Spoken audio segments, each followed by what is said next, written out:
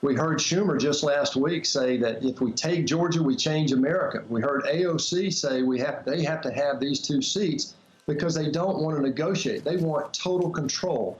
And so what's at stake is this, is that Schumer will change the rules in the Senate so they can do anything they want with 50 votes plus the vice president's vote as a tiebreaker.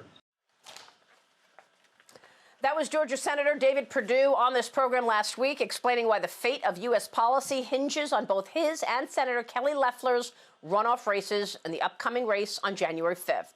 Meanwhile, President Trump's attorneys have requested a second Georgia recount just one day after state officials certified Joe Biden's win there. Here now to talk about all of this is Congressman Doug Collins. He is leading the recount efforts in Georgia. And Congressman, it's always a pleasure to see you. Good morning to you. Good morning, Maria. First, tell me what you found as you oversaw the recount in Georgia and your reaction to now Governor Kemp saying, oh, there should be another recount because they did not match the signatures. What's going on in Georgia? Well, number one, it's been good to go through this process. I think, sunlight on this process is a great disinfectant. We found several things. If we had never asked for this, and the Trump team had never asked for this recount by hand that we just got through, there'd have been a lot of folks disenfranchised because we found 4 counties in which votes were not even counted.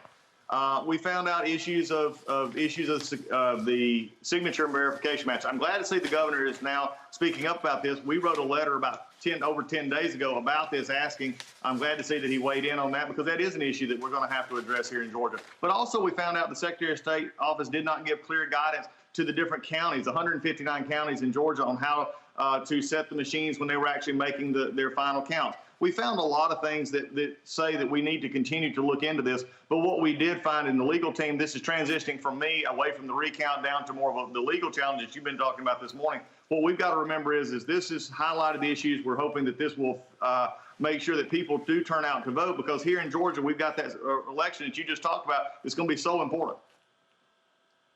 So I think what you just said, we need to underline for a moment. You're saying if people feel like their vote does not matter because there was fraud or irregularities, whatever you want to call it, then maybe they won't come out on January 5th. And if they don't come out, then yes, the Republicans certainly should worry about the runoff elections, because then the Democrats will win. Is that what you're saying?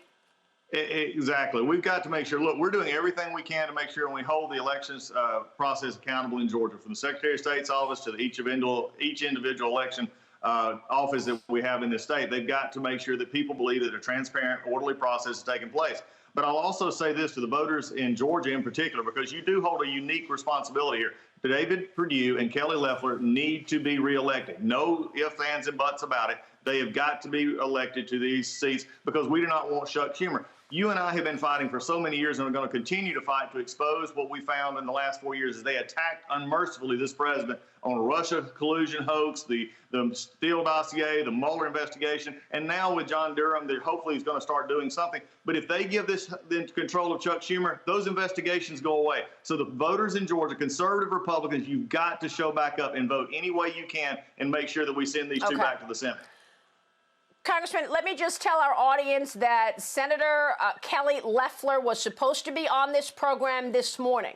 Unfortunately, she is not on because there was an inconclusive COVID test.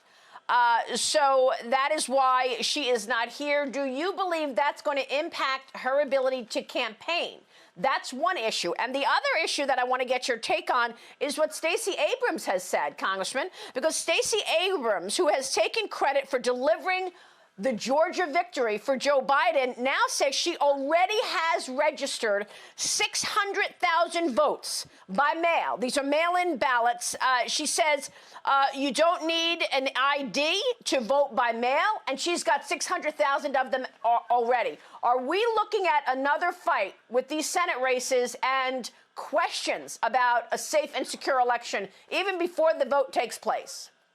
Look, one thing, I wish Senator Loeffler the best if she tests positive. I know she's going to get another test. She will do well. She will campaign as she needs to, and I'm looking forward to making sure that she'll be able to. She'll do that through the TV. She'll do that through appearances, hopefully through Skype and others. But if she is, we want to get her better first. But then let's turn our attention to Stacey Abrams. I'm about tired of Stacey Abrams. I'm about tired of the false claims down here in Georgia, voter suppression. I'm tired of the claims that she, didn't win in the governor's race. And now making claims of absentee ballots. What she's doing is again, trying to focus on getting people to do absentee ballots.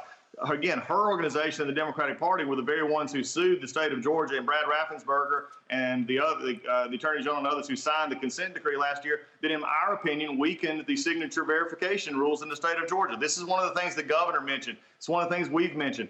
That's what it makes it so more important that we have to fight back down here in Georgia. Look, people get out and run for election. They do the ground game. They do what they need to do. And Senator Loeffler and Senator Perdue are going to do that. But Stacey Abrams needs to remember, if she's actually encouraging people to vote illegally, if she's actually encouraging, as Andrew Yang and some said, to come to Georgia and register to vote as if you're going to stay in Georgia, that's a felony in Georgia. And I look forward to our law enforcement officers, if they come down here and do that, putting them in jail. It's illegal to come into the state of Georgia and register with no intent to become a permanent resident in Georgia. Stacey Abrams made a lot of claims over time, mainly for her own political benefit. It's about time that those stop, because the elections in Georgia are about the people of Georgia and not about wild claims that she's made on who she's getting to vote.